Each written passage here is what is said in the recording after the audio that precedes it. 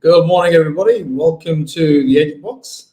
Thursday, 11 o'clock every week. We come out to you with certain things that we like to talk about between me and Abir. My name is Sham Ghani, and my And this is colleague. a weird. Yep. How you I been? like the sound of co-star last week. I like the sound of co-star last week. What, the sound of what? Co-star. You introduced me as a co-star. Co-star. Of course, yeah. Yeah, well, there can only be one star, Abir. There can only be one star, man. Do you know what I It's mean? definitely you. That's not me. Hey, listen, how have you been anyway? What have you been up to? Well, it was a bank holiday weekend here in the UK. I don't remember most of it, so I assume it was good. Good stuff, man. Good stuff. Well, listen, everybody, we're here to talk about a little bit of a kind of sensitive subject. I think most weeks we do tend to talk about something that's a little bit edgy, but this one is gonna. A lot of people are gonna be keen to know what's gonna happen with this particular topic. So, okay, the Agent Box. Remember, guys, if you're listening to us for the first time, watching us for the first time, we are a couple of guys, Sham, Abir.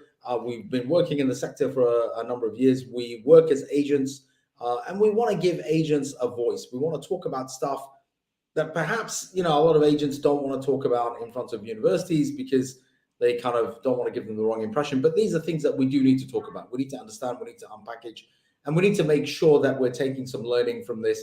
And actually, the whole aim here is for us to be better at what we do and to understand our universities better, but also our universities to understand who we are and what we do and value the stuff that we bring to the table. And it happens every Thursday, 11 o'clock from the UK. If you're watching us from any part of the world, thank you very much for taking the time. And also, if you're watching us on a recorded version, then thanks very much for taking the time to go and have a look. Okay. A couple of other quick things I have to mention that, Agent Box comes to you live every week thanks to SAM CRM, which is a CRM system for agents, so that's been designed by agents. For agents of the agents. Yeah. I have always said that it's not really about a particular CRM, it's about the idea of getting a CRM system as agents, because that will help the way that we work much better. And you can see down at the bottom, they've got sales@samcrm.co.uk if you want to get in touch with these guys for a demo, trial, etc. Okay, that said, what are we talking about today?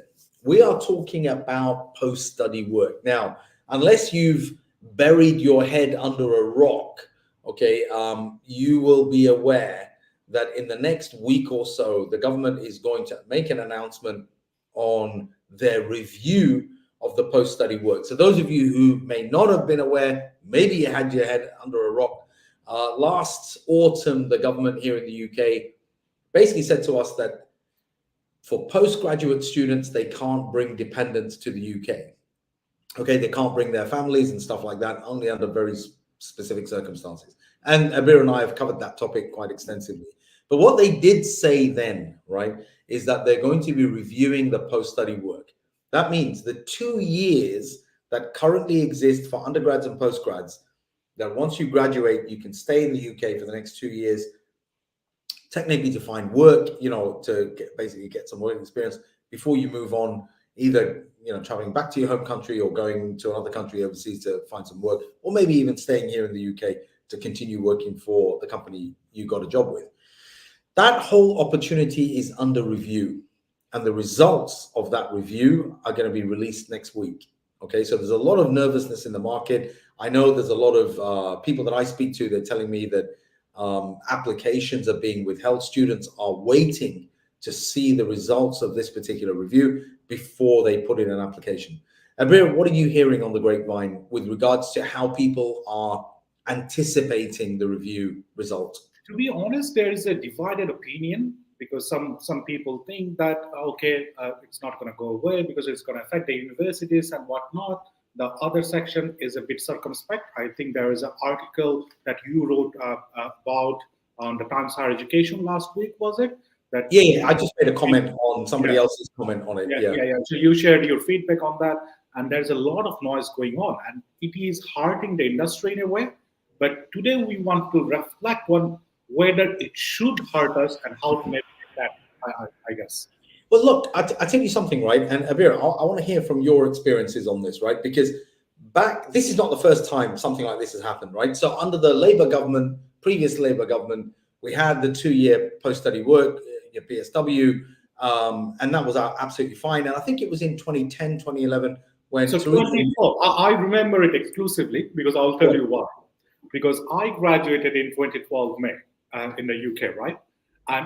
And from 2012 February, they decided that there is not going to be any post-study work. Yeah. So I have been studying since 2009. I know I have, and just before I graduated, that stopped. And it was not like, oh, those who came before that, they are still eligible for post-study. It was not like it was just shut down for all of us. Yeah, and that was Theresa May's gift to all of us. Do you know what I mean? Iron Lady. Secretary. So what I mean, the point here is that it's not the first time that this sort of thing has happened. The policy changes all the time. We know that we're going into an election year here in the UK, so it's very, very possible. And a comment that I made on LinkedIn was that actually there probably will be a policy U-turn on this if the current government gets ousted and a new government comes in.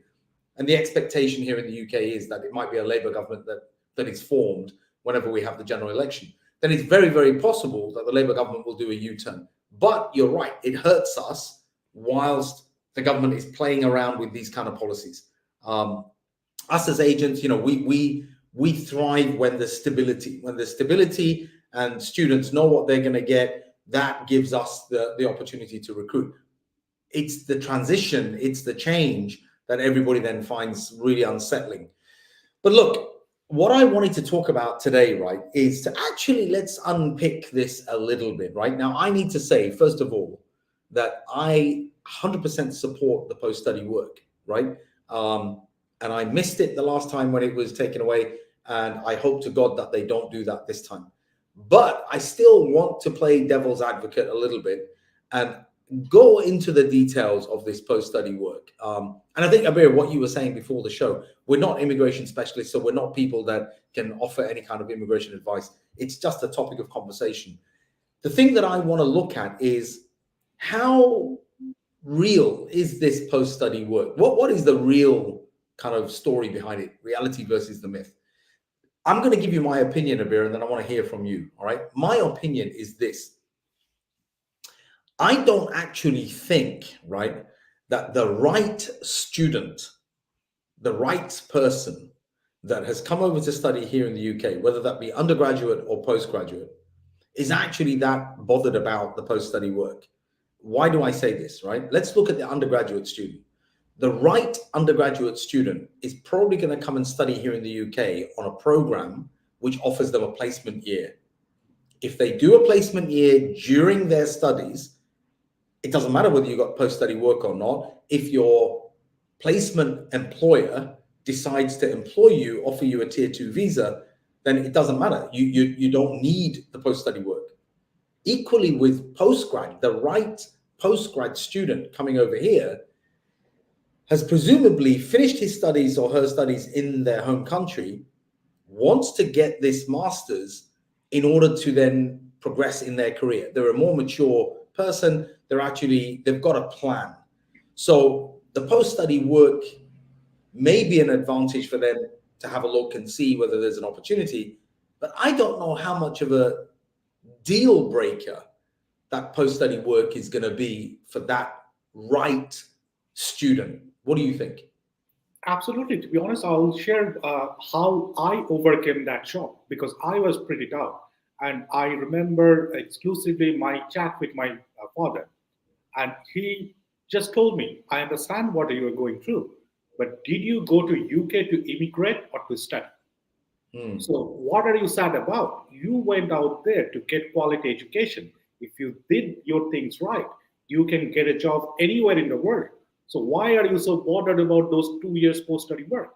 And let me tell you as well, I don't think we have the exact data, but I would say most of the students that come to UK, even during this random times of like post-study work permit and everything that was going on for the last few years, I don't know whether maximum of the students took advantage of it and stayed back, or people just got their qualification, maybe got a UK some experience and went back to their home country.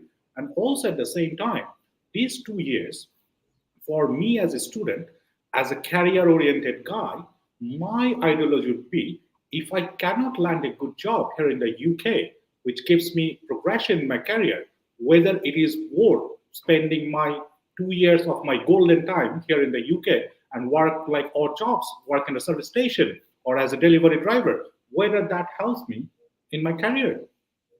I think this is an important and quite a crucial kind of part of the conversation. I mean, look, let's look at it for a second from a university's point of view, right? By the way, guys, what we're going to be doing is this is part one, okay, of this discussion. That obviously next week we're going to know more, and we're going to come back and then have a bit of a post-match analysis of exactly how we move forward. So this is almost like just some of the preamble, as Abir said, is just unpicking some of the kind of ideas behind this post-study work. And the reason why this is important is because it's almost like a sacred thing that if you don't have post-study work, oh my God, everything's going to be a disaster. If you have post-study work, then everybody's going to be fine. And I'm not 100% sure that that's the way it works. And I have also done a little bit of research on all the post-study opportunities here in the UK, even without post-study. I think we're going to touch a little bit on that as well. Yeah, sure. Let's. I know what you're thinking there. I think for me, I mean, and this is part of what I wrote in the LinkedIn comment, which was that there are certain pull factors for the right type of students. Look, let's be frank, right? And anybody watching this, I'm happy to be quoted on this, that there are two types of students that are coming here to the UK. There's one student that is actually coming here to study, and there is another student that's looking to emigrate through the student route. I'm talking about those students that are coming here to study. Okay, as Abira said, they're actually, their families and the parents have saved money, put money together, loaned out their property or whatever it is to get the money to send these kids overseas to get an education and then to come back at some point and do whatever it is that they're going to do with their lives. For those students, right, there are certain pull factors that are taking them back to their home country. And I think that the number of students that I've spoken to over the years have told me that, I studied in the UK, but then I had to go home. And I'm like, why did you go home? It's like, well, because my parents actually needed looking after, my younger brother, was going off the rails, or my sister needed to get married. Whatever the story was, there was a family pull that brought me back to my home country. And that's whether you're African, whether you're Asian, whether, you're any part of the world that you're from. I've had these conversations. The second thing, of course, is that a lot of cultures around the world are expecting their sons, daughters to come back home after their education to actually then settle down. So, there's an expectation you need to get married, you need to have children, all of that. These are pull factors that are taking these kids back home. And on top of that, I really don't know. I can't remember at the universities ever seeing data on how many students, once they left the university, were actually taking up gainful employment during the work-study period. And I'm almost 100% sure, I'll be very surprised if there are any agents out there who have done some kind of survey over the last 10 years with their students to say how many of them actually took up gainful employment during the post-study work and then have, really taken advantage of that and really gained from that. If it's that important to us, why are we not finding out what our students are doing, both as a university, but also as agents? Do you know what I mean? Yeah, like from a student's point, I agree with you, but from a student's point of view, because I was an international student myself here. So when I was on the other side of the table, it was not like that, oh, I need to stay back. It was having that flexibility. Oh, I have that option if I want to, but not necessarily I want to. Yeah. I think this is important. I think that is a very valid point, right? Look, there's a whole other discussion that we're not having right now, which is the benefit to the UK economy of having these students on post-study work. All right, that I'm not even touching that. I'm not going to that place where there is actually a huge benefit to the British economy if we have these students that are extremely highly qualified, talented people that are actually taking up employment with British companies and working here in the UK, there is a intrinsic benefit of that, which I think the government is simply ignoring because they are more worried about a small section of the society who are paranoid that the country is being overwhelmed by immigrants. Do you know what I mean? And again, as I said in that article, there is a perception that anybody that's not British that's coming in to the UK are coming in from desperate situations, from absolute destitution. And I think anybody in this sector knows that's an absolute oxymoron, because these students are paying 15, 16, 17,000 pounds a year to come and study, which even home students couldn't afford. So these are very wealthy people that are sending their children overseas to get an education. So they're not destitute people here looking to get benefits from the state or looking to take advantage of some opportunity here in the UK. They simply want to come here, study, and then, yes, if they can get some work, why not? And I think that's the key thing, isn't it? That if the opportunity is there, why not? You take that opportunity away, you've got to think differently about how you're going to plan your life. And I think, Abir, this is an important, kind of juncture, that when this happened in 2012, universities didn't shut shop and disappear. Agencies didn't shut shop and just disappear. So those people that are almost seeing this as absolute doom and dread, I'm trying to address those people to say, actually, you know what? It never is that bad, okay? Because the options for students to go elsewhere are actually limited. We live in this world where we think, oh my God, if the Brits take away post-study work, then everybody's going to start wanting to go to Canada. Everybody's going to start wanting to go to Australia. And I, as an agency, I don't have Australian contracts, or I don't have Canadian contracts. Or maybe that's what we're doing. We're desperately trying to find. My argument to that would be getting visa. Sorry, my argument for that would be that getting visa for those countries you mentioned is not as straightforward as UK. To get that benefit, you first have to get your study and that study visa or study permit in first. Whether you're getting that. Yeah. So you're thinking about stage 3 or 4. First thing about stage 1, whether you're going to get passed at stage 1 or not. Yeah, and to be honest, if the post-study work goes away as well. Because I'll tell you my example. I graduated in 2012, and then I did my postgrad in 2014. But there was no post-study work. I went back. I worked in top companies back home, and now I'm here in the UK. So if you work on yourself, if you do the things right, do the right networking, work on your interpersonal skills and other skills, you can always come back. Or you can work anywhere in the world for that matters. I think here there's two things that are coming to my mind straight away, right? You see, the first thing is that we need to find the right students in our markets. And you and I, Abir, on the Agent Box, we've talked about this endlessly, okay? Is to source the right type of students. There are too many agencies out there that are probably dealing with students who are looking to emigrate and are using the student route. But there are thousands, tens of thousands of students in every market, right, that are genuine students that actually just want to get their qualifications. They want to get a overseas qualification. In fact, our producer was telling me earlier on today that one of the routes in his market, right, where he's from, he's Bangladeshi, and he was telling me that in Bangladesh, what happens is, if you want to get a top job in a private university as a lecturer, one of the prerequisites is that you need to have a UK master's. You need to have a qualification from the UK. So a lot of these students are coming over to the UK just to get that master's, to then go home to get a job as a lecturer, as a professor in a private university. Why is that important? Because in his society, he then has a lot of status, that he's got not only the money, these private universities are paying top dollar for their academics, but also the status in the society that, oh, I'm a lecturer at this particular university. That to me is a game plan. That's a good game plan. And if now you have the opportunity to spend a couple of years, you might not even use all of those 2 years. You might end up just basically spending 6 months trying to do some work here. If it doesn't actually, happen, those students are more bothered about losing opportunities in their home country, that they don't want to be wasting time here working for Just Eat or working for whoever it is. I've got nothing against Just Eat or nothing against any of these companies, but doing some casual labor here, they'd rather not do that and actually go home and get that better job because they know they can.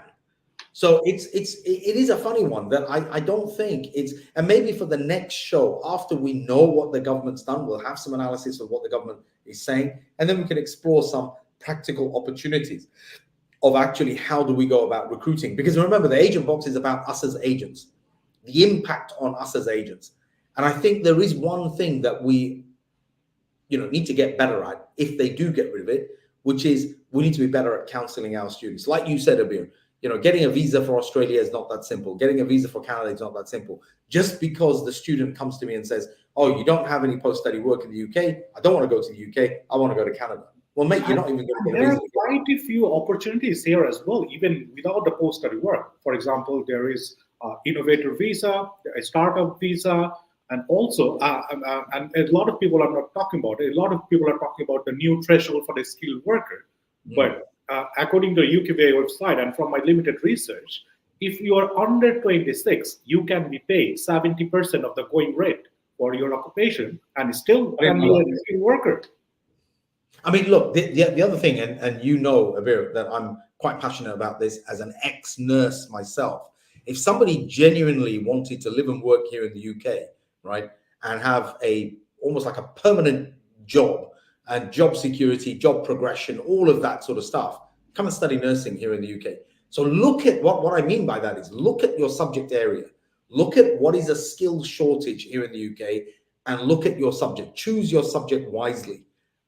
There are universities here in the UK. In fact, most universities are offering a 3-year bachelor's program in nursing, which gives you the nursing registration with the NMC, and you automatically then walk into a job. Okay, you don't need the post-study work. You simply just get a job the moment you graduate. Exactly. And my 2 cents for my agent friends would be, do your research. So we need to be acting as a guidance counselor.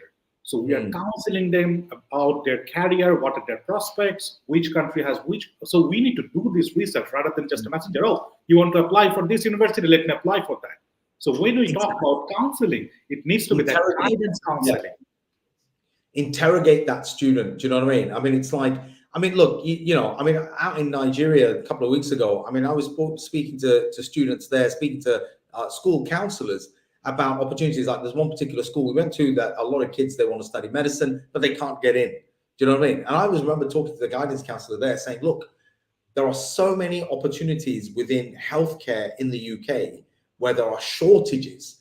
Look into that. Find out which profession within health is desperate to have people join. You understand? And you can then find ways where you don't need the post-study work. But the other thing before, look, again, I'm 23 minutes in, man, this is ridiculous.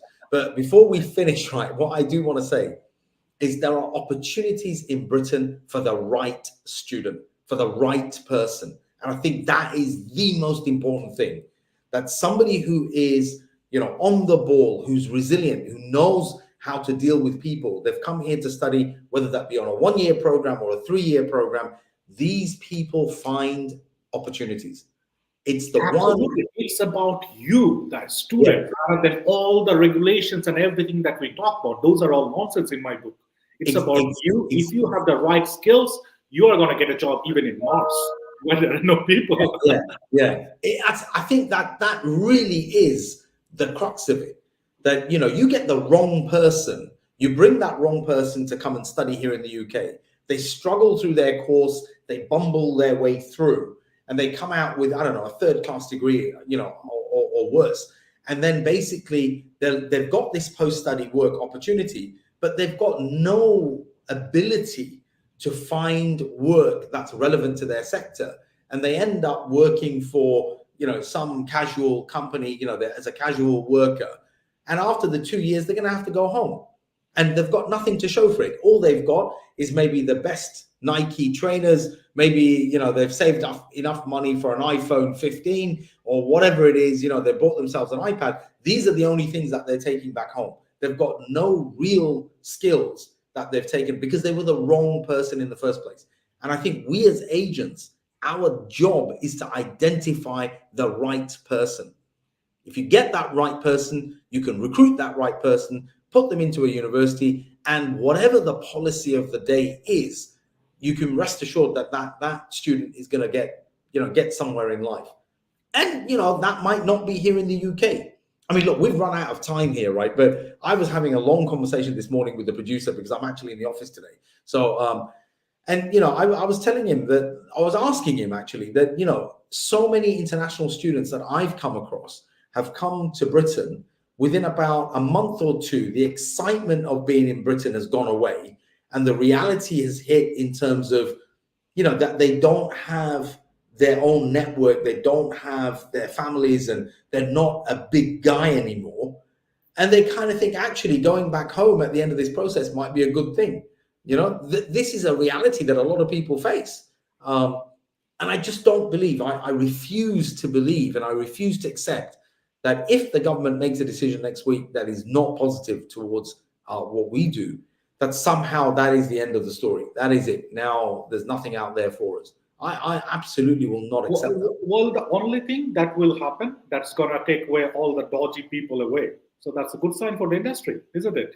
Do you know what? People panicked back in the day when they shut all the visa colleges in London and all the rest of it. There were, thousands of students that were affected. Everybody said, oh my God, what's going to happen now? All it did, like you said, it cleaned up the sector, and we still had 5,000 to 6,000 students from even smaller markets coming over to the UK to study.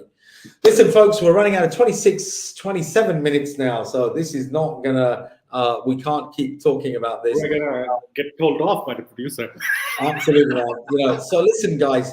What you've been listening to me, Sham, and my colleague Abir here on the Agent Box. We're talking about this impending decision or a result of the review of the post-study work that's going to be released next week. We'll bring you some analysis next week once we know what's happened. So we will talk about this topic again. We'll continue this conversation next week. Hopefully, we might even be able to give you some practical tips and hints as to how we think you should tackle this situation. But today's discussion, I think, is very clear that the post-study work is not the be-all and end-all. Okay, if we have it, great. If we don't have it, we need to find solutions. But what is critical in all of this is finding the right student to recruit for your business. Look, guys, the Agent Box comes to us thanks to Sam CRM. Please head over to their website to find out a little bit more, or drop them a line on their email. It does come up at the bottom sometimes. But also, look, the other thing is check out our own website. Go have a look at our website, theagentbox.co.uk. I keep mentioning this, that we are, volunteers on this. We do a little bit of work. The producer, bless him, does do a lot of work in the background, but it might not be completely polished. It might not be completely finished. Have a look at it, share it, like it. The more you guys get involved with us, the better it is for us, the more content we can produce. Don't forget about that crowdfunding for Shanghai's jacuzzi. No, that's never going to happen. That's never going to happen. I don't believe in that sort of stuff. Well, listen, folks, thank you very much indeed for joining us today on the Agent Box. From me, Sham, and my colleague Abir, that's it for today. And hopefully we'll come back to you and talk to you next week. See you later, folks. See you later.